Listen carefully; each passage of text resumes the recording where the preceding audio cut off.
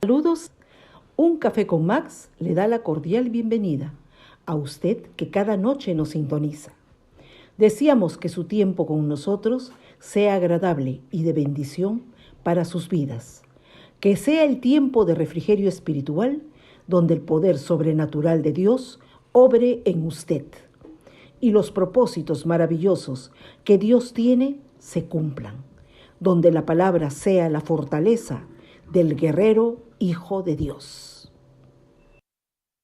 Un toque del amor de Dios cambiará su atmósfera para siempre y lo llevará a cruzar la última frontera hacia su tierra prometida.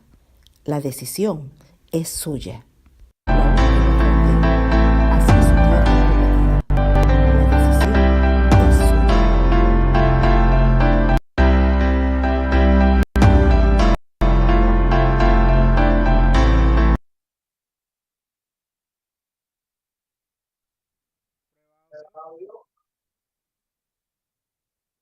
Hola familia, buenas noches.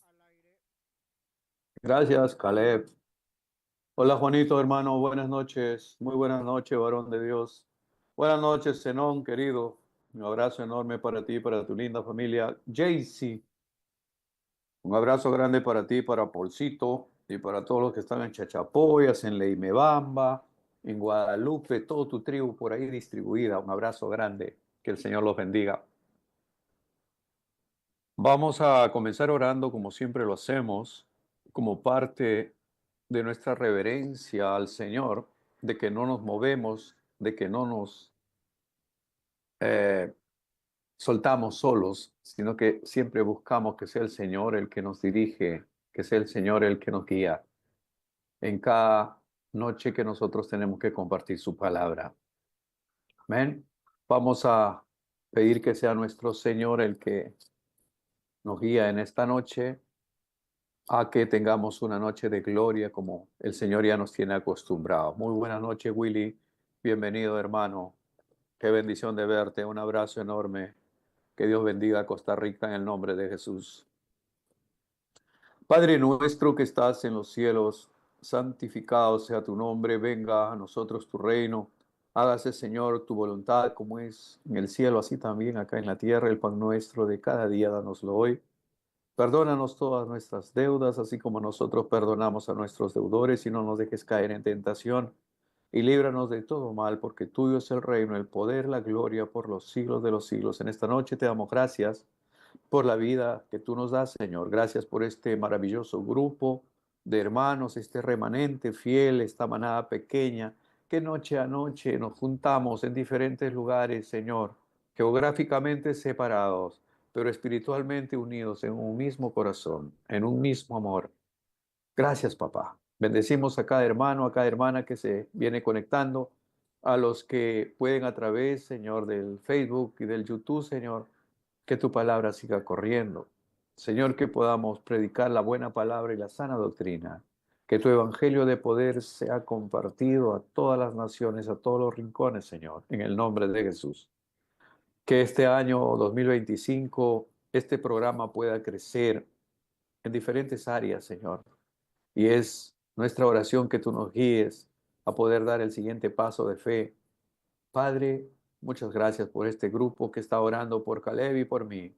Que seas tú dándonos la sabiduría para hacer las cosas con excelencia, Señor. Padre, oramos por la nación de Israel, por el pueblo de Israel. En estos momentos están momentos cruciales para ellos. Oh Dios mío, en negociaciones de la devolución de rehenes, y oramos para que seas tú, Señor, dirigiendo toda esa operación.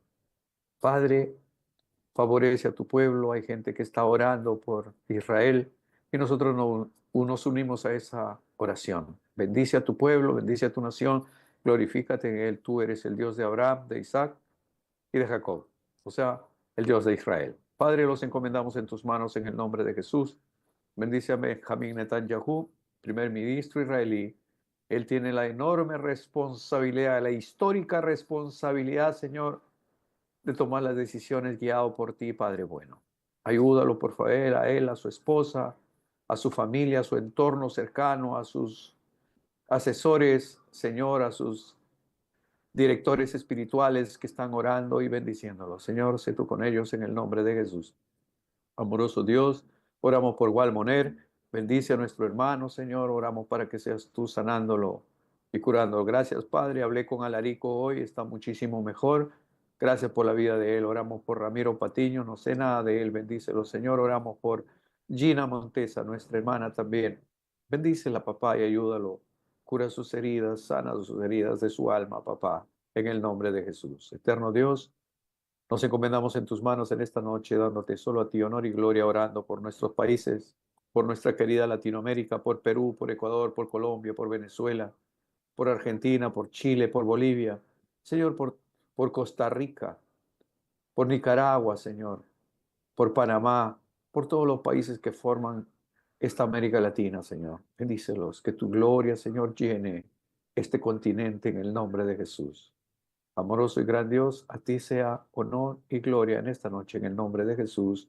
Amén, amén y amén. Bienvenida familia una vez más. Esta noche hemos titulado el mensaje que queremos compartir. Este es mi Hijo amado en quien tengo complacencia. Era una costumbre de los padres judíos llevar a su hijo varón, cuando éste había llegado a la adultez, a la plaza de la ciudad, a la plaza de su pueblo, ¿no? Y allí el orgulloso padre anunciaba a toda la ciudad que su hijo era absolutamente igual a él en todos los asuntos de los negocios. Lo que significaba que cuando trataban con el hijo, sería como tratar directamente con el padre. Al hacerlo, proclamaba ante la ciudad y decía públicamente: este es mi hijo en quien yo confío. Este es mi hijo, ¿no? Amado, en ti tengo complacencia. Era parte de una tradición judía. Y qué tremendo, ¿no? Que Dios Padre hace lo mismo con Jesús. Jesús había llegado a la edad madura, tenía 30 años, ¿no? Y cuando él baja al Jordán para ser bautizado, Lucas dice, aconteció que cuando todo el pueblo se bautizaba también, Jesús fue bautizado y orando, el cielo se abrió y descendió el Espíritu Santo sobre él en forma corporal como paloma, y vino una voz del cielo que decía, tú eres mi Hijo amado, en ti tengo complacencia. Entonces, los judíos, la comunidad judía, la cultura judía, tiene muchas fiestas que ellos honran así al pie de la letra. Por ejemplo, ellos celebran la Pascua judía. La Pascua es donde hacen el recordatorio cuando salieron, la noche que salían de Egipto de haber sido esclavos 430 años, esa noche ellos salían y celebraron la Pascua. Y de ahí todos los años ellos celebran la Pascua hasta el día de hoy, haciendo memoria de cómo el Señor los sacó de la esclavitud. Por ejemplo, nace un hijo varón en una familia judía y a los 8 días sí o sí le llevan al hospital, a la clínica, para que le hagan la circuncisión. Es tradición, ¿no?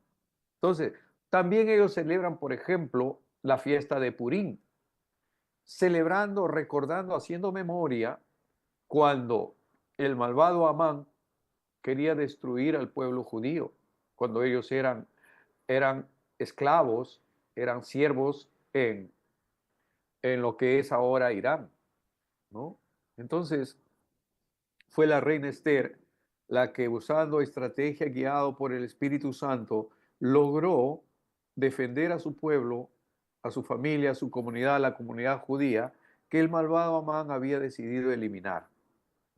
Preparó la horca para matarlos a todos, y en esa misma horca fue sacrificado él y toda su familia. Entonces, de ahí para adelante los judíos celebran la fiesta de Purim en memoria a lo que la reina Esther hizo en favor del pueblo judío para que no fuera exterminado. Entonces, aquí también encontramos esta celebración que hacen los padres cuando su hijo llega a una edad adulta, ¿no? orgulloso el padre anuncia a toda la ciudad, lo lleva a la plaza, ¿no? Y le dice, mi hijo es igual a mí, somos exactamente iguales, tenemos las mismas facultades, las mismas capacidades, los mismos atributos, ¿no? Entonces, ahí es donde le dice a la gente lo que, ¿no? Lo que traten con mi hijo es como si lo tratarían directamente conmigo. Yo recuerdo cuando estábamos trabajando antes de la pandemia, ya nosotros trabajábamos por 12 años en el tema de bodas y mi esposa, mi hijo y yo teníamos que distribuirnos los roles. Cada quien tenía una función dentro del evento. Entonces Caleb generalmente, él es el que estaba en el local de la recepción desde el mediodía del sábado, cuando la boda era en la noche. Entonces él estaba coordinando con los mozos, estaba coordinando con el catering, estaba coordinando con la orquesta, estaba coordinando con la hora loca, con todo lo que tenía que, con el toldero, con el tema de las flores, es decir, con todo. Entonces, él consultaba con su mamá o conmigo algunos detalles que estaban sucediendo en el lugar del evento. Y muchas veces me llamaban a mí y me decían, señor, hemos puesto esta cosa porque su hijo Caleb nos ha dicho que lo cambiemos de lugar y que lo pongamos en el otro lugar, ¿no? Que normalmente no se hace así. Y yo le decía, ¿y Caleb te dijo eso? Sí, Caleb nos ha ordenado que hagamos eso. Está bien. Si Caleb lo dijo, está bien, no hay problema. Pero, señor, no te preocupes. Es como si yo estaría con él. Punto. Si Caleb te dijo, ya habló Roma. Punto. Déjala ahí. No te preocupes. ¿Cuál es el problema? Muchas veces nos sucedió eso, que nos llamaban y decían, pero Caleb ha movido esto y Caleb por acá, él lo hizo, él es mi hijo. Yo respondo por él. Y es hasta ahora. Siempre ha sido así, ¿no? Algunas cosas que tienen que definirse, no, yo no estoy personalmente, pero está mi hijo.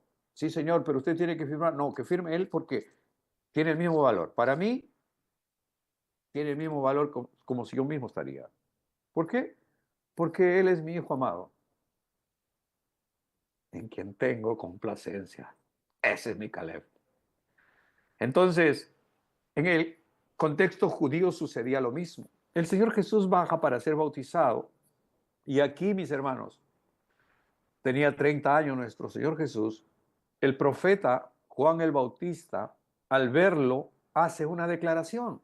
Y dice, este es el Cordero de Dios que quita el pecado del mundo. Nosotros estuvimos viendo en clases anteriores que la sangre de los machos cabríos de los corderos que llevaban a ser sacrificados por el sacerdote en el templo era para cubrir el pecado. Pero aquí la declaración que hace el profeta Juan el Bautista, declarando así con todas sus letras, este es el Cordero de Dios que quita el pecado del mundo.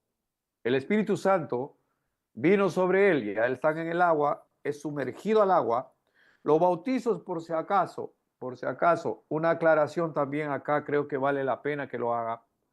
Los bautizos no son como lo hacen algunas comunidades religiosas que llevan a un bebé, ¿no es cierto?, ahí y agarran un poco de agua bendita, entre comillas, y le echan así por aspersión, le echan y ya está bautizado. No, eso no significa bautizo. Si vamos a la palabra, a la etimología, baptizo es baptizar, o sea, hundirse, sumergirse.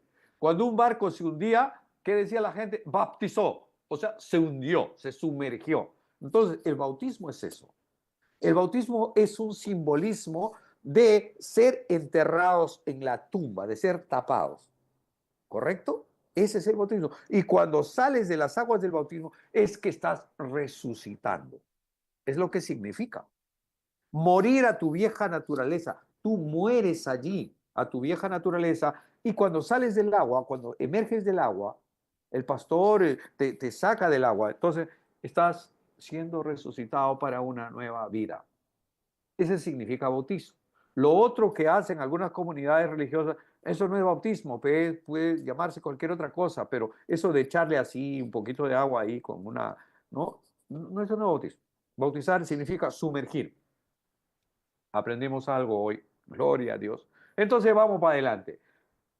Hace la declaración Juan el Bautista, dice, este es el Cordero de Dios que quita el pecado del mundo. Están en el agua, Juan lo bautiza, entonces el Espíritu Santo vino sobre él y lo revistió de poder, capacitándolo para cumplir el plan y el propósito original de Dios por el cual el Señor había venido. Necesitaba ser ungido, necesitaba ser recubierto, necesitaba ser revestido del poder del Espíritu Santo, tanto como nosotros necesitamos estar revestidos del Espíritu Santo. Tenemos al Espíritu Santo porque somos templo del Espíritu Santo. Está dentro de nosotros, nos redarguye de pecado, ¿verdad? Es el que nos guía, es el que nos da entendimiento, sabiduría para comprender los misterios más profundos de nuestro Dios. Si no, no lo entenderíamos. Estaríamos como el mundo, que no entiende las cosas de Dios y para ellos son locura. Pero cuando está el Espíritu Santo de Dios es el que, ya entiendo. Entonces el Espíritu Santo es el que te trata personalmente. Él es tu ayo. Ayo significa en la antigua cultura judía, era la persona adulta, ¿no es cierto?, contratada generalmente por los padres para llevar al niño a la escuela. Lo llevaba a la escuela, ¿no? Y después iba, una vez que terminaban acá, a recogerlo, a traerlo. Ese era un ayo, que lo llevaba y lo traía. Ese ayo se encargaba de reforzar lo que había aprendido en clase, ¿no? Para que ese niño aprenda las lecciones. Ese es un ayo. Entonces, la Biblia dice que el Espíritu Santo es como nuestro ayo. Nos guía, nos lleva de la mano hacia la presencia de nuestro Señor para saber más, para conocer más de Él. Entonces el Espíritu Santo vino sobre Él en el momento de que se bautizaba y lo revistió de poder, capacitándolo para cumplir el plan de Dios. Es entonces cuando el Padre, dice aquí, voy a leer lo que dice Lucas, dice, y aconteció que cuando todo el pueblo se bautizaba, también Jesús fue bautizado, y orando el cielo se abrió y descendió el Espíritu Santo sobre él en forma corporal como paloma, y vino una voz del cielo que decía, tú eres mi Hijo amado en quien tengo complacencia. En Mateo dice, este es mi Hijo amado en quien tengo complacencia. Es decir, ya el profeta, al ver lo que llegaba para ser bautizado, hace una declaración. El Espíritu Santo viene en forma de paloma y lo reviste de poder. Y es el Padre el que dice, este es mi Hijo amado en quien tengo complacencia. Óiganlo a Él. Es que tremendo, ¿verdad? Vamos avanzando porque aquí se aclara más la cosa en la medida que vamos avanzando. Jesús declaró los detalles de este rol en su primer sermón. Ya Jesús ha sido bautizado, ya fue llevado al desierto, 40 días, 40 noches, fue tentado por el diablo. Él sale vencedor, como siempre, él nunca ha perdido ninguna batalla, así que todas sus batallas entrégueselo a él. Todas sus luchas, entrégueselo al Señor. Él no ha perdido ninguna batalla. Él es ganador siempre. Y ha hecho de usted, ¿sabe qué? Un vencedor. Más que eso, más que vencedor todavía. Dice que en Cristo somos más que vencedores, porque Él fue el vencedor, pero nosotros nos ha puesto arriba de eso. Maravillosa la palabra de Dios. Entonces, en el primer sermón de Jesús, en Lucas 4:18, Él dice, el Señor Jesús dice, el Espíritu del Señor está sobre mí, por cuanto me ha ungido para anunciar las buenas nuevas a los pobres. Me ha enviado a proclamar libertad a los cautivos y dar vista a los ciegos, a poner en libertad a los oprimidos, a pregonar el año agradable del Señor. La vida de Jesús y les ilustró con mucha claridad lo que significaba ese pronunciamiento, llevar la salvación al espíritu, al alma y al cuerpo del hombre, redimirlo por completo. Ya nosotros hemos enseñado también que Dios es la Santísima Trinidad, tres personas en un solo Dios, Padre, Hijo y Espíritu Santo. Él nos ha hecho seres tripartitas. ¿Por qué? Porque nosotros hemos sido creados a la imagen y semejanza de Dios. A imagen de Dios nos creó. Entonces, al ser creados a la imagen de Él, somos formados en tres partes. Una es nuestro espíritu, con el cual tenemos conexión directa con Papá Dios, porque Dios es espíritu. Y es necesario que en espíritu nosotros lo busquemos, lo adoremos, lo alabemos también. Es interesante eso. Nuestra esencia misma es el espíritu. Luego viene el alma. El alma es como enseñábamos anteriormente, es la base de nuestras emociones. Es la base de nuestros sentimientos, de nuestro enamoramiento, muchas veces del odio que tenemos, el rencor, el resentimiento, la amargura, la actitud, el carácter, ¿no? Los carismas que tú tienes están en la parte almática, está en tu alma, no está en tu espíritu, está en tu alma, en la base de tus emociones. Y luego viene el cuerpo. Estamos hablando de espíritu, alma y ahora el cuerpo, el estuche, el envase, esto de acá que ustedes pueden ver, que ustedes pueden tocar, palpar, ¿no? Esto, eso es el envase, ese es el cuerpo físico donde está contenido el espíritu y el alma. Por eso es que cuando este cuerpo muere, porque tiene que morir, ¿no es cierto? El espíritu regresa a quien se lo dio.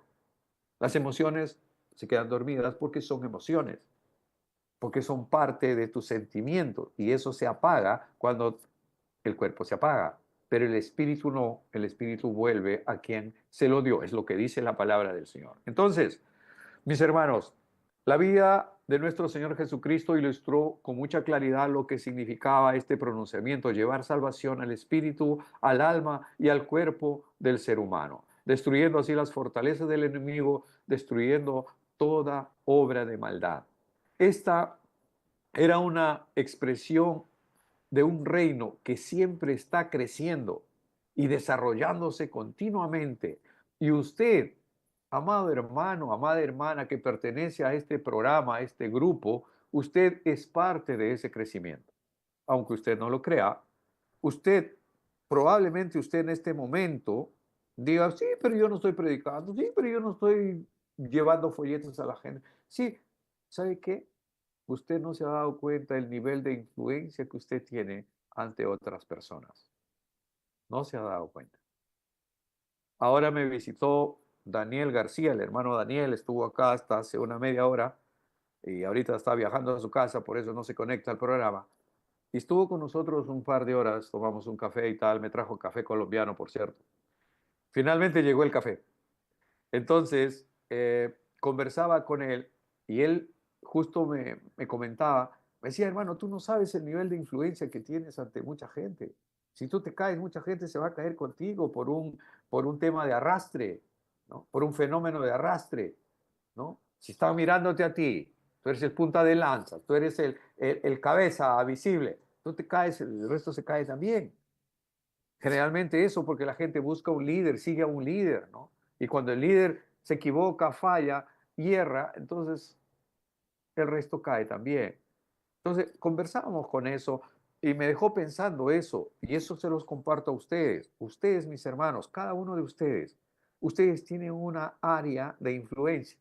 Y en esa área de influencia, ustedes, mis hermanos, tienen la obligación, el deber, el privilegio, la virtud, ¿no? De influenciar positivamente en esas personas que confían en usted, que vienen por un consejo, que vienen por una palabra, que lo llaman, que tiene usted contacto, que está dentro de sus contactos de WhatsApp y qué sé yo, ¿no? Y que con frecuencia habla. Usted tiene que saber cómo hablar con esas personas. ¿Por qué? Porque usted tiene la palabra en usted. Y ellos probablemente estén buscando una palabra de amor, una palabra de aliento cuando hable con usted, o tal vez un abrazo fraterno, un abrazo de esos que sin decirle nada le transmita, estoy contigo, yo te amo, no temas, Dios está con nosotros. Ese es el nivel de influencia que cada uno de ustedes tiene ante la gente, ante el entorno, ante sus hijos, ante sus hijas, ante sus seres queridos. ¿Por qué? Porque ustedes son portadores del Espíritu Santo, porque son embajadores del reino de los cielos. Usted es un representante de nuestro Señor Jesucristo en esta tierra. Sí, Señor. Así de real. Usted representa a nuestro Señor Jesucristo.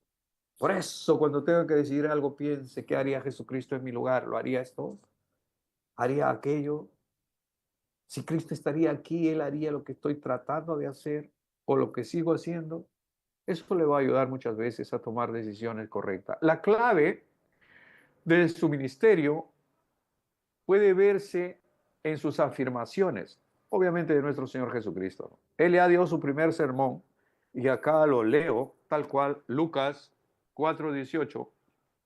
Dice, el Espíritu del Señor está sobre mí por cuanto me ha ungido para dar buenas nuevas a los pobres, me ha enviado a sanar a los quebrantados de corazón, a pregonar libertad a los cautivos y vista a los ciegos, y a poner en libertad a los oprimidos, a predicar el año agradable del Señor. Es lo que el Señor predica, su primera prédica. Entonces, la clave del ministerio de nuestro Señor Jesús puede verse en sus afirmaciones. El Hijo no puede hacer nada por su propia cuenta, sino solamente lo que ve que su Padre hace. Es lo que dijo muchas veces nuestro Señor Jesús. También dijo, porque cualquier cosa que el Padre hace, lo hace también el Hijo. Y lo que he oído decir, lo que le he oído decir, es lo mismo que yo repito al mundo. Imagínense, el Señor Jesús es el representante de nuestro Padre Dios, creador del universo, y estaba en esta tierra. No había otra forma de que alguien nos hablara del Señor. Fue su obediencia, mis hermanos, la que puso la recompensa del cielo al alcance de todo mortal. Fue la obediencia de nuestro Señor Jesús la que puso al alcance de usted, ¿no? El cielo. Interesante, ¿verdad? Fue su dependencia del Padre la que trajo la realidad del reino a este mundo, porque él siempre repetía cuando predicaba, el reino de los cielos se ha acercado, ¿verdad? Es lo que decía nuestro Señor Jesús cuando predicaba. Decía, el reino de los cielos se ha acercado a este pueblo, a esta ciudad, a este grupo. Interesante, ¿no? Entonces, fue su dependencia del Padre, él dependía absolutamente del Padre, la que trajo la realidad del reino a este mundo. Jesús mostró el corazón del Padre, porque nadie vio a Dios, nadie lo vio jamás, nadie lo conoció. Es nuestro Señor Jesús que, al tomar la naturaleza de hombre, al nacer de una virgen y crecer en este mundo, pudo hablarnos, pudo contarnos, pudo transmitirnos el corazón de nuestro Dios. El libro de Hebreos dice que Jesús es la exacta representación de la naturaleza de su Padre. Es lo que dice Hebreos, que Jesús es la exacta representación de la naturaleza de su Padre. Jesús dijo, el que me ha visto a mí, ha visto al Padre. Ah, qué rico, ¿verdad? Qué tremendo, ¿no? El que me ha visto a mí, dijo el Señor Jesús, ha visto al Padre. La vida de Jesús es una revelación del Padre y sus negocios. El aspecto básico de esos negocios era dar vida a la humanidad porque todos estábamos muertos en nuestros delitos y pecados. La Biblia lo señala así. Por cuanto todos pecaron, están destituidos de la gloria de Dios, dice Romanos, ¿no? Y la Biblia dice que todos nos apartamos por nuestro camino. Todos estábamos muertos en nuestro... Y digamos, el negocio de nuestro Señor era dar vida a toda la humanidad y destruir toda obra de maldad. Jesús continúa señalando el camino hacia el Padre hasta el día de hoy. Cuando usted comparte la palabra a alguien, está haciendo la obra que Jesús comenzó hace 2000 años. Está continuando ese legado. Ahora esa tarea, obviamente, ¿no? Siempre, siempre tiene que ser por medio del Espíritu Santo. Si no, no hay forma. Es el Espíritu Santo el que te empodera, es el Espíritu Santo el que lleva esa palabra, ¿no?, hacia el oyente, y es el Espíritu Santo el que redarguye de pecado a la persona que escucha el mensaje. Es el Espíritu Santo el que le convence de pecado, lo convence de pecado y reconoce su falla delante de Dios y se arrepiente. Muchas veces he escuchado a muchos predicadores, ¿no?, tratar de, digamos, de persuadir, de coaccionar al oyente, ¿no? Y de llevarlo al borde, ¿no? Con su palabrería, ¿no? Para que se arrepienta, ¿no? Para que reciba a Cristo, para que, ¿no? Para que pueda reconocer su pecado y tal. Pero ese trabajo, esa función es del Espíritu Santo. Usted no está para convencer, para persuadir, para manipular, para influenciar a nadie. No, no, no, para eso no nos ha llamado, para eso están los coaches. Esos son los que andan persuadiendo a la gente, ¿no? ¿No? Entonces, nosotros no, nosotros predicamos, damos las buenas nuevas. Es el Espíritu Santo el que hace la obra, el que transforma su corazón y el corazón de la gente, el que transforma un corazón de piedra en un corazón de carne, el que transforma la vida de la gente. Es el Espíritu Santo, no el predicador. No, para nada, no nos equivoquemos, no erremos como erraron los fariseos. Ahora, como les digo, esa tarea siempre, siempre, siempre tiene que estar por medio del Espíritu Santo y llevar las nuevas de salvación a toda criatura. Es nuestro deber, es nuestra obligación. Nosotros ya recibimos, nos convertimos en ese enlace que tenemos con esa gente que aún no lo ha recibido. La mayoría de los fariseos se pasaban la vida sirviendo en la sinagoga. Acá hay un tema que me agradaría que lo entiendan, ¿no? La mayoría de los fariseos se pasaban la vida sirviendo en la sinagoga y esforzándose al máximo por cumplir la ley, sin entender que jamás entendieron el corazón de Dios. Nunca lo entendieron. Es decir, ellos se empeñaron, se esforzaron de servir en la sinagoga, pero no de servir al Dios de la sinagoga. Está sucediendo también en este tiempo. Hay gente que ha entrado en un activismo total. Están en la iglesia en la mañana, al mediodía, en la noche, el día lunes, oración, miércoles de intercesión, el jueves academia bíblica, el viernes reunión de jóvenes, el sábado reunión de jóvenes adultos, de matrimonio jóvenes, el domingo es el día central, en fin, han entrado en un activismo dentro de la iglesia y creen que por estar sirviendo en las actividades de la iglesia están sirviendo a Dios. No necesariamente es así. Están sirviendo a la iglesia, han entrado en un activismo que viene a ser algo pernicioso, malo. Porque yo conozco personalmente de gente, de familias que vivían bien, entre comillas, al menos se soportaban, esposo y esposa, pero cuando uno de ellos entra a la iglesia y entra en ese nivel de estar lunes, martes, miércoles, jueves y viernes en la iglesia y tal, abandona su casa, abandona sus obligaciones, no cumple en su hogar con su pareja, sus hijos se quedan desprotegidos. ¿Y qué hace el diablo? El diablo entra en esa casa y destruye todo. El propósito de Dios no es eso. Comenzaron a servir en la iglesia, pero no al Dios de la iglesia. Ese era el problema, digamos, de los religiosos de su tiempo en el tiempo de nuestro Señor. Jesús ofendió drásticamente a estos líderes religiosos porque demostró al mundo lo que el Padre deseaba. ¿Por qué? Porque Jesús era el que representaba a nuestro Dios en esta tierra. Nadie había visto a Dios. Nadie conocía el amor de Dios, nadie conocía el plan de Dios, el propósito de Dios, hasta que nuestro Señor Jesús lo revelara. Mientras los fariseos pensaban que a Dios le preocupaba el día de reposo, entre otras cosas, ¿cierto? Y el irrestricto cumplimiento de las leyes mosaicas. Ellos se enfocaban en eso. Tenían mucho cuidado, mucho escrúpulo en el día sábado, en el día de reposo, ¿no? Y el irrestricto cumplimiento de las leyes mosaicas. En cambio, Jesús trabajaba para ayudar a aquellos por los cuales el día de reposo había sido creado. Es decir, a ver si me entienden. El día sábado fue creado en función del hombre y no el hombre en función del sábado, ni de cualquier día en particular. ¿Correcto? Entonces, no podemos poner más énfasis en un día en particular, entre comillas, más que en un servicio realmente a Dios. Por eso es que cuando el Señor Jesús sanaba el día sábado, todos los fariseos se levantaban en su contra. ¿Cómo puede estar sanando el día sábado? Vengan otro día para que sean sanados, pero el día sábado no. ¿Sí? Imagínense, ¿cuál era la diferencia entre nuestro Señor Jesucristo y los fariseos?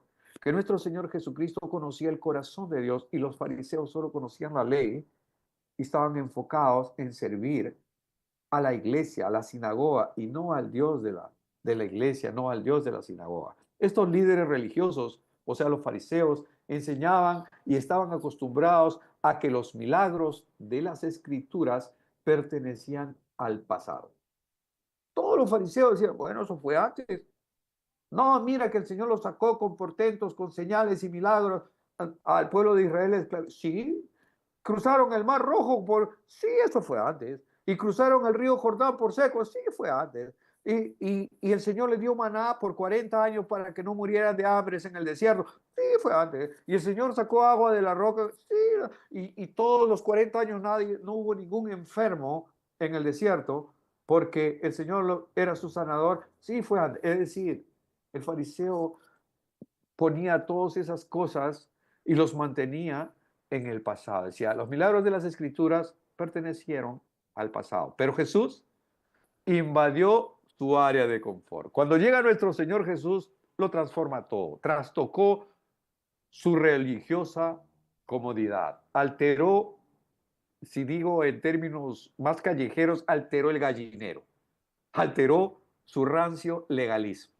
Ellos que se creían así cucufatos, que se creían así muy servidores de Dios, que se merecían el cielo y mucho más, ¿no? Habían aprendido el idioma cristianés, andaban con su Biblia bajo el brazo, vestidos todos de negro y que no miraban a nadie en la calle para no contaminar, en fin, una serie de cosas, ¿no? Que ellos adoptaron con la finalidad de agradar a Dios. Pero la Biblia habla bien claro que nuestra salvación no es por obras para que nadie se gloríe, sino por gracia. Por gracia sois salvos por medio de la fe, y esto no de vosotros, pues es un regalo de Dios, es un don de Dios. Cada milagro que el Señor Jesús hizo, ¿no? Mostró a toda la comunidad religiosa de su tiempo el verdadero significado de los negocios del Padre. Cuando el Señor Jesús dijo, en los negocios de mi Padre me conviene estar, entonces se está refiriendo al negocio de papá, que era salvar a toda la humanidad. El negocio era eso. No tenía ganar plata, no quería ganar posiciones, propiedades, oro, plata. No, porque Dios lo había creado todo. Todo es creación de Dios. A él no le interesaba nada de eso, sino tu alma, tu espíritu, salvarte a ti. ¿Ah? Ese era su negocio. Entonces, por eso el Señor Jesús, cuando a los 12 años fueron a la fiesta judía en la ciudad de Jerusalén y regresaban, él entró en una sinagoga y comenzó a hablarles de la palabra a los doctores de la ley, a los fariseos, ¿no? A los sacerdotes ahí. Y decían, ¿cómo tiene tanta sabiduría este niño de 12 años? ¿No? Y su papá y su mamá, a María, después de caminar todo el día y al ver que sus familiares no estaban en camino de regreso a casa, comenzaron a regresar buscándolo, bueno. Finalmente lo encuentran en la sinagoga y él les dice, ¿qué? ¿Por qué me buscáis? En los negocios de mi padre me conviene estar. Es la respuesta de Jesús. No había un arrepentimiento, perdóname papá, no debía hacer eso. Él dijo de frente, en los negocios de mi padre, ¿no? Y esos negocios del padre obviamente tienen que ver con el alma del ser humano, con el corazón, con el espíritu de cada ser humano en esta tierra. Ahora, comprender los negocios del padre tiene que ver con señales, prodigios y milagros. Ahora, que nosotros hagamos milagros, que nosotros oremos por sanidades y que la gente se sane, no es garantía de que cumpliremos realmente el propósito de Dios para nuestras vidas, no, porque hay gente que viene a la iglesia, que viene a las congregaciones, a las comunidades religiosas porque están enfermos y una vez que se sanan, se largan y no lo ves más. Sí, ha sucedido y sigue sucediendo y sucederá. Lo pasó con el Señor Jesús también. Él sanó a mucha gente. Podría mencionar uno así rápidamente. Vinieron 10 leprosos. Maestro, si quieres, puedes curarnos. Los leprosos sabían que él podía, pero le dijeron, maestro, si quieres, pues, o sea, ellos reconocieron que había poder en Jesús para sanarlos, que él podía sanarlos, pero ellos dudaban a ver si quería sanarlos o no. Por eso le dijeron al Señor, maestro, si quieres, puedes sanarnos. Ellos eran leprosos. Y le dijo, váyanse y preséntense al sacerdote. Y mientras ellos iban caminando hacia el sacerdote, o sea, en la ciudad, obviamente ellos vivían aparte, lejos, apartados de la ciudad, su piel se iba transformando y toda la lepra desaparecía. Los 10 fueron sanados. ¿Y sabe cuánto volvieron a agradecerlo a Dios? al verse sano, uno. Y le dijo, ¿y el resto dónde está? ¿Se dan cuenta, no? O sea, que nosotros sanemos a los enfermos, oremos por los, por los oprimidos y tal. Eso de alguna manera no es una garantía de que cumpliremos realmente el propósito de Dios para nuestras vidas. Es mucho más que hacer milagros y sanidades y aún que la gente se convierta. Es mucho más que eso. Las intervenciones sobrenaturales de Dios tenían como fin revelar el extravagante amor del Padre por las personas.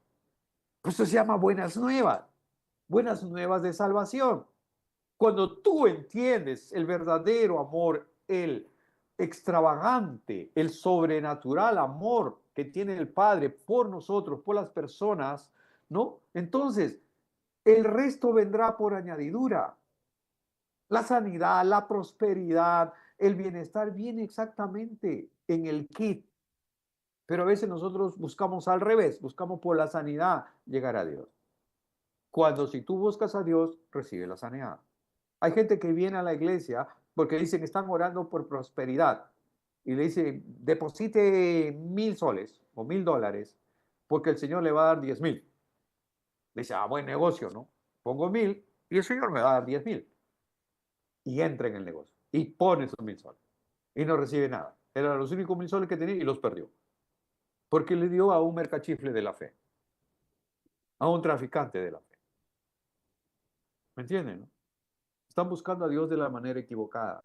Y como les dije, hay gente que viene porque está delicada de salud y dicen, quiero que ore por fulano de tal. Y esa persona, como no lo conocemos, no sabemos si realmente esa persona quiere ser sanada o no. Y llega el pedido de oración y uno ora, pero no conoce a la persona, no sabe si realmente él quiere ser sanado o no, si tiene fe para ser sanado o no. Por eso es importante la relación que puede haber entre la persona y nuestro Señor. Cada milagro, mis hermanos, es una revelación de su naturaleza y en esa revelación está implícita una invitación muy, pero muy personal a relacionarnos con Él. ¿Ven? Cada milagro, cada hecho portentoso, cada señal que el Señor hace por ti y para ti, ¿no? Es para que sepas cuánto te ama Él, que te dice con amor eterno te he amado. Tú te apartaste, te olvidaste de mí, pero te sigo amando, te sigo esperando con el mismo amor de siempre, te dirá el Señor, con un amor ágape, con un amor de Dios, que busca implícitamente tener una relación contigo, no una religión. Amados hermanos, es muy fácil caer en el error de los fariseos. Ellos no entendían el corazón de Dios. Se llenaban de un activismo en sus iglesias, ¿no? Sirviendo en sus iglesias, pero están lejos de servir al Dios de la iglesia. El Evangelio es la historia de un padre que atrae a los corazones de los seres humanos por medio de su amor. Ese es el Evangelio, las buenas nuevas de salvación. Lo repito, el Evangelio es la historia de un padre que atrae a los corazones de los seres humanos por medio de su amor. Los atrae hacia sí. Conclusión. Necesitamos su presencia, siempre, siempre, siempre necesitamos su presencia para hacer la obra de nuestro Señor. Necesitamos ser revestidos por el poder del Espíritu Santo como lo necesitó nuestro Señor Jesús. Y eso se dio el día de su bautizo. Anoche nosotros veíamos en Hechos 1:8 cuando el Señor iba a ascender a los cielos y les dice como un mensaje póstumo a sus discípulos, no, no se vayan de Jerusalén, quédense hasta que hayan sido revestidos de poder, hasta recibir el bautizo del Espíritu Santo. ¿Y qué hicieron sus discípulos? Sus discípulos se reunieron, se congregaron, no se fueron de Jerusalén. Y una noche de esas, ellos estaban orando unánimes, todos juntos orando, y el Espíritu Santo descendió como llamas de fuego y se posó sobre cada uno de ellos. Y todos comenzaron a hablar en otras lenguas, y todos fueron investidos de poder. Luego de esa reunión sale Pedro y predica la palabra, y esa misma noche 3,000 personas aceptaron a Jesucristo como su Señor y Salvador. ¿Por qué? Porque ahora el Espíritu Santo estaba en Pedro. Y fueron 3,000 personas, como que por cada vez que Pedro le negó a Jesucristo, porque él le negó 3 veces, como 1,000 personas llegaron al conocimiento de la verdad esa misma noche en que el Espíritu Santo descendió como llamas de fuego sobre cada uno de los hermanos que estaban esperando, obedientes, lo que el Señor les había dado o dicho antes de partir. No se vayan de Jerusalén hasta que haya venido sobre vosotros el poder del Espíritu Santo y me seréis testigos en Jerusalén, en todo Judea, en Samaria y hasta lo último de la tierra. Necesitamos entender que Jesucristo no es religión. Repito, tenemos que entender que Jesucristo no es una religión, no es una congregación, no es una iglesia, no es un templo de lujo, no es un templo estilo barroco. No, Jesucristo es vida, es una relación con Él, una relación de amor, porque Dios es amor. Y Él te dice esta noche, con amor eterno te he amado. Necesitas del Espíritu Santo para ser empoderado, para ser revestido de poder, para poder continuar haciendo la obra que el Señor nos encomendó. Ir por todo el mundo y predicar el Evangelio a toda criatura. El que creyere y fuere bautizado será salvo. El que no creyere será condenado. Nuestro tema no es que la gente crea, nuestro tema es llevarle el Evangelio. Es el Espíritu Santo, el poderoso Espíritu Santo, el que hará que esa obra, esa palabra cumpla su obra. Porque dice, así como cae la lluvia, ¿no?, de las nubes del cielo, cae a la tierra y no regresa allá, sino que moja la tierra, hace germinar la semilla, la hace crecer, la hace producir. Del mismo modo, su palabra nunca volverá vacía, sino que llevará fruto para el cual el Señor lo envió. Así que cada noche compartiendo aquí su palabra,